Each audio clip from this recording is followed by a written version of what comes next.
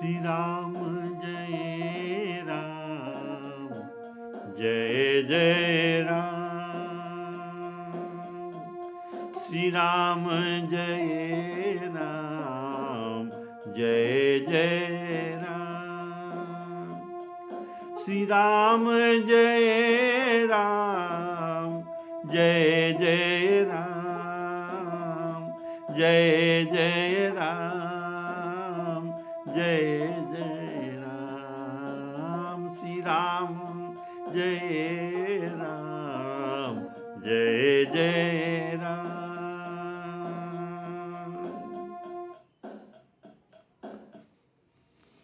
हमारे आदरणीय श्रोता बंधुओं को मेरी तरफ से सादर सप्रेम राम राम कहकर राम कथा को सप्रेम सादर स्वागत करता हूँ। तो प्रेम से बोलिए श्री राम जय राम, जय जय राम। श्री राम जय राम, जय जय राम। श्री राम जय राम, जय जय राम, जय जय राम। आप लोग सुन रहे थे पिछले एपिसोड में सती जी राम जी को परीक्षा करने के लिए सीता जी के रूप धारण किए थे। ये बात शिव जी को पता चल गया। ये ध्यान में जान गए। तब ये सोचते हैं ये सीता जी के रूप धारण किए राम जी के आगे, तो मैं ऐसे इनको कैसे अपने पत्नी रूप में ग्रहण कर सकूं। अर्थात इनको त्याग करना चाहिए। फिर ये निरपराध है, ये एक साधारण भूल किया है अनजान में। ऐसा उनको पता नहीं था। और ये परम सती साध्वी पतिव्रता स्त्री है, इनको भी छोड़ नहीं सकता। तो मैं क्या करूं हे राम जी, मुझे बताइए, मुझे बुद्धि दीजिए। यह कहकर राम नाम जपन लगे। तब उनको राम जी से प्रेरणा मिला। क्या प्रेरणा मिला? इस शरीर में और सती जी को भेंट नहीं हो सकता, वरम अगले जन्म में इनका जो दूसरे शरीर मिलेगा उसमें भेंट हो सकता है। तो मैं सती को त्याग करता हूँ इस जन्म के लिए। तो इस पर आकाशवाणी ने प्रशंसा किया, हे शिवजी महाराज, आप परम राम भक्त है। आपने राम भक्ति में दाग लगाने नहीं दिया और अपने सती साध्वी स्त्री को भी त्याग करने के लिए आप प्रस्तुत हो गए। ऐसा प्रशंसा सुनकर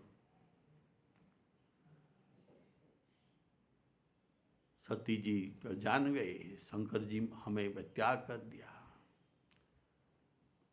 ये सब दंडकारण्य से कैलाश पर्वत को जाने के रास्ता में ये सब बात कर रहे थे। तो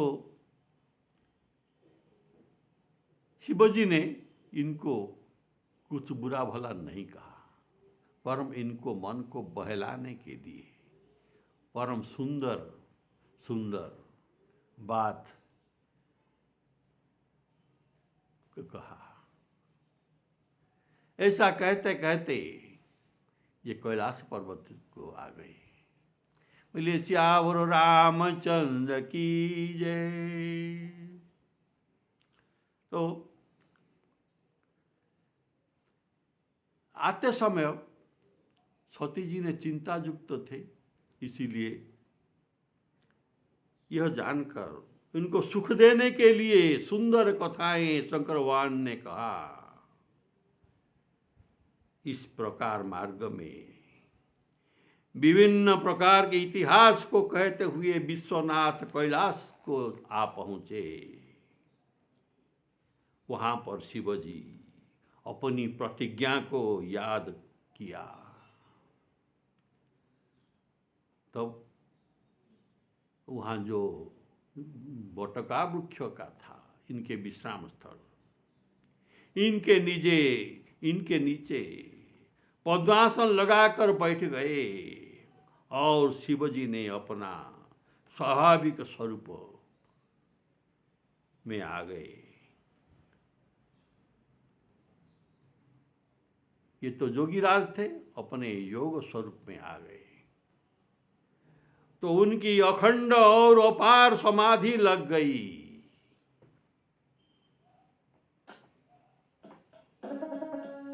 सती ही ससोच जानी वृष केतु,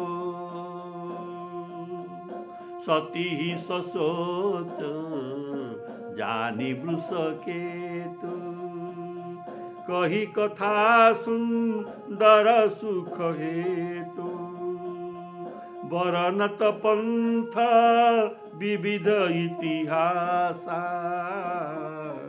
विश्वनाथ पहुँचे कैलासा। वहाँ पुनि शंभु समुझीपन आपन, बैठे बट तर करी कमलासन।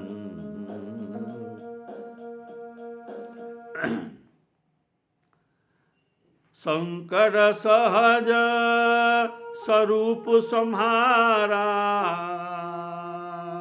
लागी समाधि अखंड अपारा।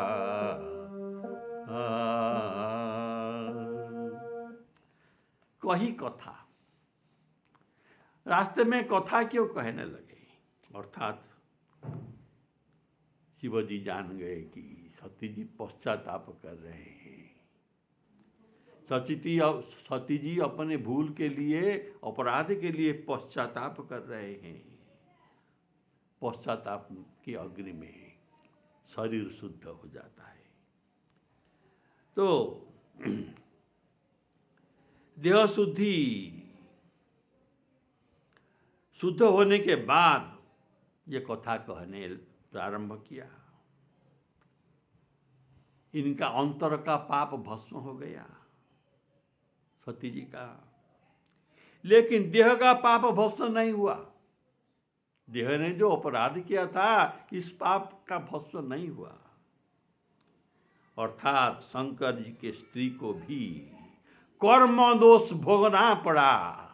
तो हम सबको भी ऐसे कर्म दोष भोगना पड़ता है। अगर शंकर जी के स्त्री को भी कर्म दोष भोगना पड़ता है, हमको क्यों नहीं? हमको जरूर कर्म फल भोग करना पड़ता है। अगर हम कुछ कठिन कर्म किया तो, बुरा कर्म किया तो इसको विधाता को पता चल जाता है और ये कर्म के अनुसार शुभ और अशुभ कर्म फल हमको देते हैं। कठिन कर्म गति जान विधाता, कठिन कर्म गति जान विधाता, जो शुभ अशुभ कर्म फलदाता, जो शुभ अशुभ कर्म फलदाता। और गीता में भी कहा गया है, कर्मानुबंधिनी मनुष्य लोका, हम मनुष्यों के लिए कर्म बंधन रखा गया है।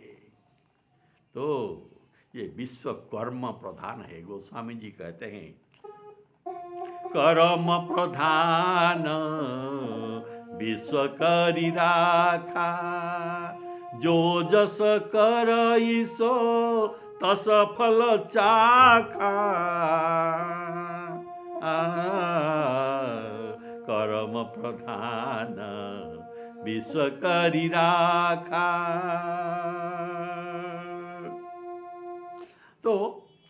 बट वृक्ष के नीचे क्यों बैठे? कैलाश पर्वत जाकर बट वृक्ष के नीचे क्यों बैठे? तो अर्थात कैलाश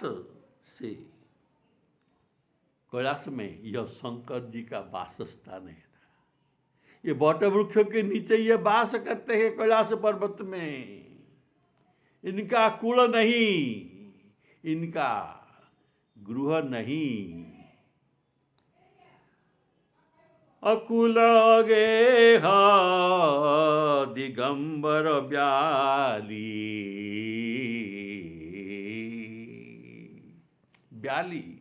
सर्प के माला पहनते हैं। कुलों का ठिकाना नहीं। अगेह इनका गृह भी नहीं है। तो ये कहाँ रहेंगे? ये बट के वृक्ष ही विश्राम करते हैं और यही है इनका गृह कैलाश पर्वत, और कोई गृह नहीं है। बोलिए श्यावर रामचंद्र की जय। शिव विश्राम, शिव विश्राम बिटप श्रुति गाया।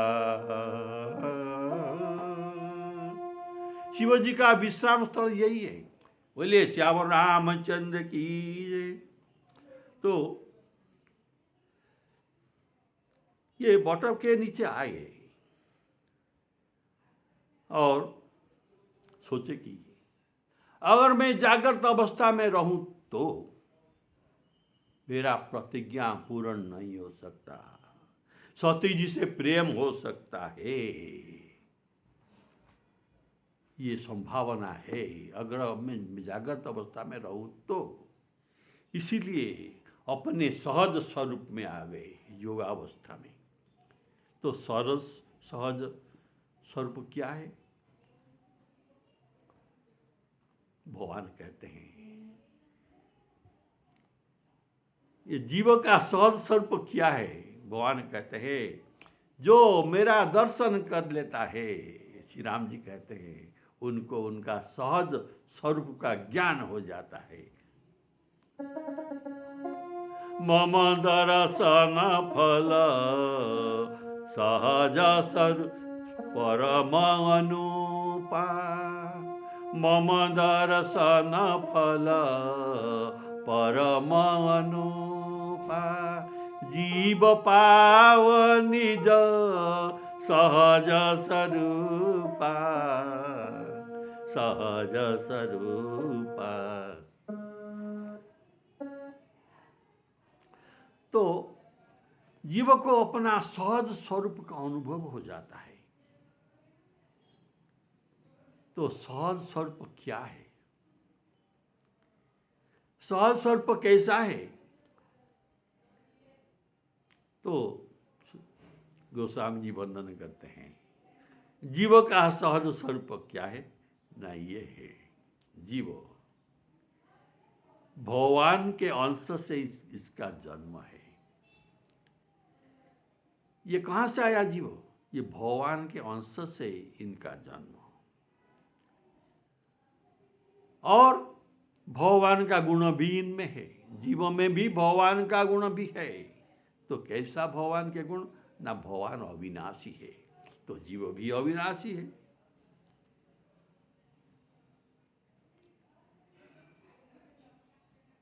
श्री भगवान आनंद के राशि है, सहज सुख राशि, सुख में रहते हैं, इनको कभी दुख नहीं होता। ऐसे जीव को भी यही गुण प्राप्त है, ये भी सहज सुख राशि है। बोले श्यावर रामचंद्र की जय। तो जीव कैसा है? ये भगवान का अंश है, ये आनंद स्वरूप भगवान के जैसे ये इनका सहज सुख प्राप्त है जन्म से ही। तो हम दुखी क्यों होते हैं? अगर ये हमारा सहज स्वरूप है तो हमें दुख क्यों लगता है? हमें रोना क्यों पड़ता है? हमें मायावश बंधन में पड़ जाते हैं। संसार बंधन में संसार को अपना मानकर, ईश्वर को अपना नहीं माना, संसार को अपना मानकर सांसारिक सुख को अपना लिया और इस बंधन में सुख पाने के लिए असल सुख को ये भूल गए और सुख पाने के लिए सांसारिक सुख को अपना लिया, इसीलिए बंधन में पड़ गया और दुख पाने लगा। लेकिन ये हमारा स्वरूप नहीं है। हमारा स्वरूप क्या है? जीव का स्वरूप नहीं। ईश्वर अंश जीव अविनाशी, ईश्वर अंश जीव अविनाशी, चेतन ज्ञान स्वरूप भगवान के जैसे, चेतन अमल सहज सुख राशि।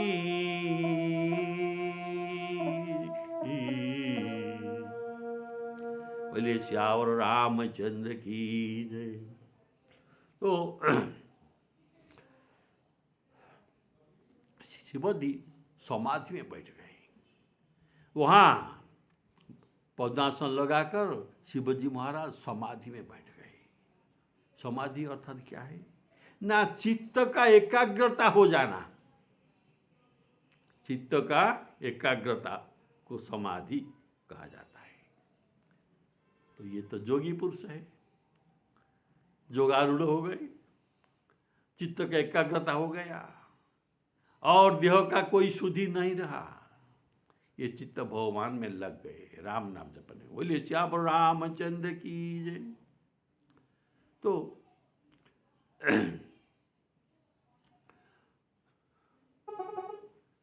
पार्वती जी जब यह देखा कि शिवजी अखंड समाधि में बैठ गए तो इनके हृदय में बहुत चिंता आ गया।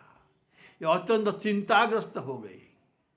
देखिए, कैलाश पर्वत रम्य सुशोभन सकल सुख का निवास स्थान है, पर वहाँ भी इन चिंताग्रस्त हो गए और ये सुख का कोई इनके निशाना भी इनके पास नहीं रहा। ये अत्यंत चिंताग्रस्त होकर दुखी हो गए। देखिए, कैलाश कैसा स्थान है, परम रम्य, गिरियों से श्रेष्ठ कैलाश, जहाँ सदा शंकर पार्वती निवास करते हैं, ये है कैलाश। परम रम्य गिरिवर कैलासु, सदा जहाँ शिव उमा निवासो। अर्थात कैलाश एक रमणीय स्थान, समस्त सुख में परिपूर्ण और सुखमूल शिव जी वहाँ निवास करते हैं। शंकर कल्याणकारी, ये कल्याणकारी शंकर जी जो सुख के मूल है, ये सती जी को त्याग कर दिया तो कैसा सुख आएगा। इसीलिए इनको सत्य को और सुख कहाँ, क्योंकि ऐसा कहा गया है, स्वामी के वियोग के समान दुख और कोई नहीं है। और कुछ जितना संसार में दुख है, स्वामी वियोग के समान सुख और कोई नहीं हो सकता। तो स्वामी जी कहते हैं, पियो वियोग सम, पियो स्वामी वियोग, पियो वियोग सम दुख जग नाही।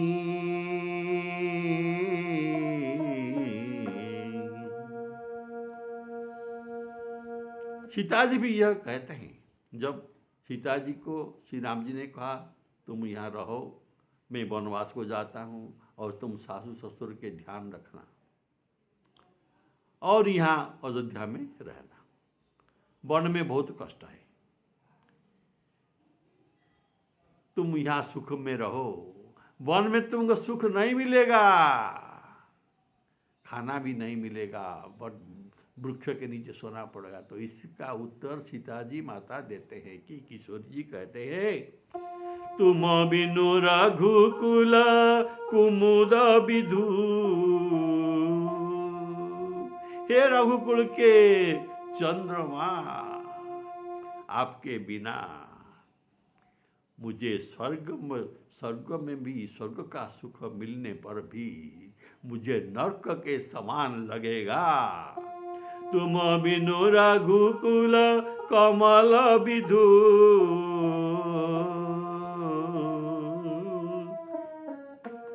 सुरपुर नरक समान, सुरपुर स्वर्ग नरक समान। तो सती जी कैलाश पर रहने लगी। उनके मन में बड़ा दुख था। उनके एक एक दिन जुग के समान बीत रहा था। सती बसहि कैलास तव, अधिक सोच मन माही। मरम न कोई जान कछु, जुग सम दिवस सिराही। एक दिन एक जुग के समान इनको लग रहा था, दिन बीत नहीं रहा था। इसका मर्म और किसको कहने का नहीं है। किसके साथ ये बातचीत करेंगे, और तो कोई नहीं है। सती जी के हृदय में नित्य नया नया सोच उत्पन्न हो रहा था। इस दुख समुद्र में कैसा पार कर सकूं, इस दुख समुद्र को कैसे मैं पार कर सकूं। मैंने जो श्री रघुनाथ जी का अपमान किया और पति के वचन को मैं झूठ माना, इनको ब्रह्म नहीं माना, उसका फल विधाता ने मुझको दिया। जो उचित कर्म, मैं जो कर्म किया था उसका फल स्वरूप ये मुझे जो दिया, मैं विधाता को निंदा नहीं करता। ये मेरे कर्म का ये उचित फल मुझे दिया है। परंतु हे विधाता, आपने तो उचित फल दिया, ये तो ठीक बात है। अब तुझे यह उचित नहीं है कि मुझे शंकर के विमुख होकर जिला रहा है, इतना दुख मुझे देते हो, मुझे सहन नहीं होता। नित नव सोचो सतीउर भारा, कब जई हाई दुख सागर पारा। मैं ये दुख सागर को कैसे मैं लांघ कर सकूं, कैसे पार कर सकूं। मैं जो कीना रघुपति अपमाना, पुनिपति बचनो मृषा करी जाना। सो फलु मोही विधाता दीना, जो कछु उचित रहा सोई कीना। अब विधि अस बुझिया नहीं तो ही, शंकर विमुख जिया वही मोही। मुझे शंकर के विमुख होकर मुझे तुम बचाए रखते हो, तो इसमें मेरा क्या काम है। मैं बचना नहीं चाहता। नित नव सोचू, अर्थात प्रतिदिन नई नई सोच की नदियां सती जी के दुख सागर में आकर मिलते हैं। इनके दुख सागर और बढ़ता जा रहा है कि दुख, नई नई नदियां इनके दुख सागर में आकर प्रतिदिन मिलते गए। सती जी जो अपराध थे इनका, क्या अपराध था इनका? रघुपति का अपमान किया, रघुपति को अज्ञानी समझा, इनको परीक्षा करने के लिए सीता जी के रूप जाना, यह उनका अपमान है। और पति के वचन को मिथ्या मानना, मूसा मानना। शंकर जी कभी मिथ्या नहीं कहते, इनके वचन पर भी विश्वास नहीं हुआ, इसीलिए तो परीक्षा करने के लिए सीता जी के रूप में गया। परीक्षा के लिए धारण करना सीता जी के रूप, ये अपराध नहीं है। परीक्षा के समय लोग बहुत कुछ करते हैं, इसीलिए ये बड़ा अपराध नहीं है। लेकिन शंकर जी तो समझते हैं मेरे प्रभु के स्त्री के रूप में ये रहा, तो ये कैसे मेरा पत्नी में उनको ग्रहण कर सकता है, इसलिए इनका कोई तो अपराध नहीं है। शंकर भगवान भी जो यह मानते हैं कि सत्य जी का कोई अपराध नहीं है, ये साधारण भूल है, ये ज़्यादा भूल नहीं है, फिर भी मेरे रघुनाथ जी के प्रेम में, भक्ति में दाग लग जाएगा अगर मैं सती जी को फिर पत्नी रूप में ग्रहण करूं तो। इसीलिए शंकर भगवान जी भी सोचते हैं बिनु अघत जी। तो ये बात आकाशवाणी में भी कहा गया है, क्या? बिनु अघत जी सती असी नारी। देखिए, कर्म के अधीन सुख दुख सब मिलता है, अपने आप सुख दुख हमारे पास आ जाता है हमारे कर्म के अनुसार, और विधाता इसे हमको देते हैं। कठिन कर्म गति जान विधाता, जो शुभ अशुभ कर्म फल दाता। और हम जो सुख दुख जो पाते हैं हमारे कर्म के अनुसार ही पाते हैं। हम अगर पाप करेंगे तो दुख तो भोगना ही पड़ेगा। बुए बबुल का आम कहाँ से पाए? अगर हम बबुल का बीज बोआ तो हमको आम नहीं मिल सकता, बबुल का बीज ही मिलेगा। तो करहि पाप पावहि दुख, पाप करने में दुख, भय, रोग, विच्छेद, ये सब प्राप्त होता है। करहि पाप पावहि दुख, भय रोग सोच वियोग। बोले श्यावर रामचंद्र की जय। तो उचित कारण यह है कि मेरा कठिन कर्म के कारण मुझे तो ये सब मिला, अर्थात ये विधाता कौन है? जो विधाता देते हैं कठिन कर्म का फल, ये विधाता कौन है? ये विधाता और कोई नहीं है, राम जी ही है। अर्थात स्वयं राम जी ही विधाता है। विधाता ने मुझे शोक सागर में डुबा दिया, इसीलिए ये जो किया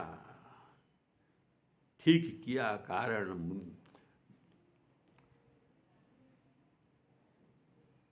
विधाता को निंदा नहीं है। ये जो कुछ करता है, जितना दुख भी देता है, ये सब ठीक ही करता है, इनका कोई दोष नहीं है। क्यों? न जो जस करई सो तस फल चाखा, जो जस करई सो तस फल चाखा।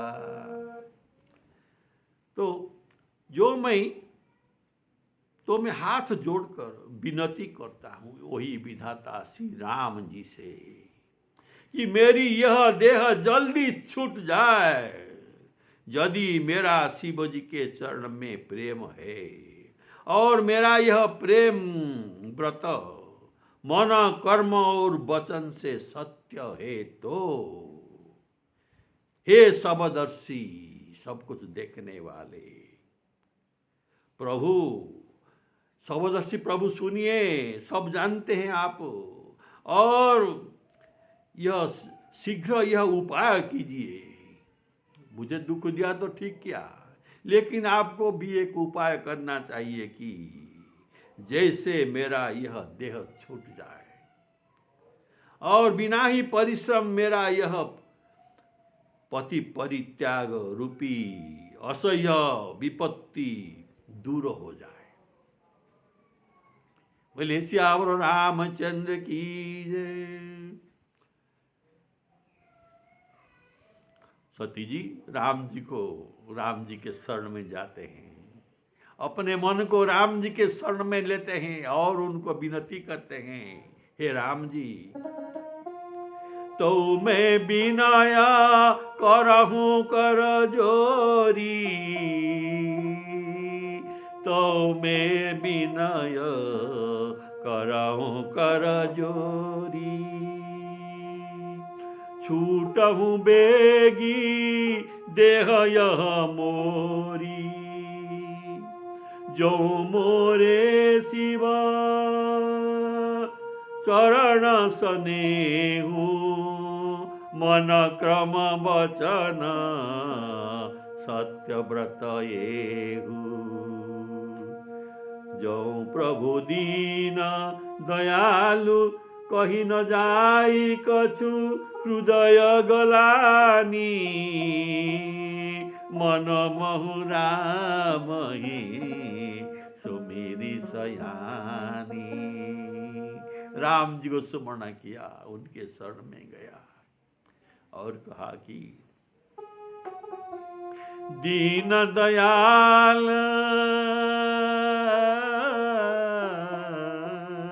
बिरद समारी, हरहु नाथ मम संकट भारी, हरहु नाथ मम संकट भारी। तो इस बात को यहाँ लिखा, गोस्वामी जी लिखते हैं, जो प्रभु दीन दयालु कहावा, आरती हरण वेद जसु गावा।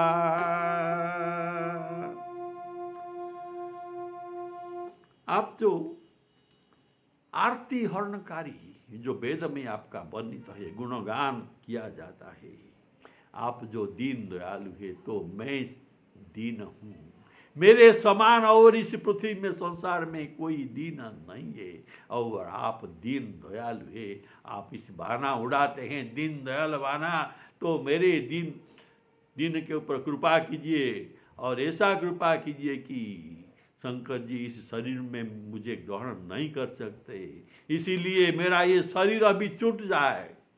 बोले श्यावर रामचंद्र की। अर्थात सती जी ने हृदय में ग्लानि को वर्णना नहीं किया जा सकता। बुद्धिमती सती जी ने मन में श्री रामचंद्र जी को स्मरण करके उनका शरणागत हो गए, तो इसीलिए इनको अभी बुद्धिमती कहा गया है, चतुरी।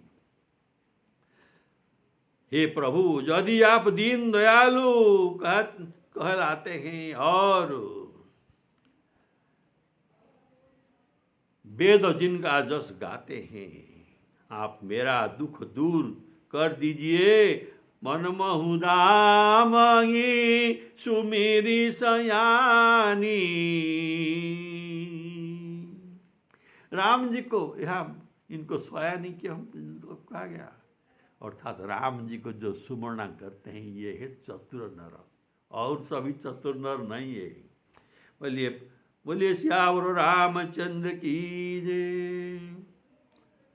राम ही सुमरी सो चतुर नर।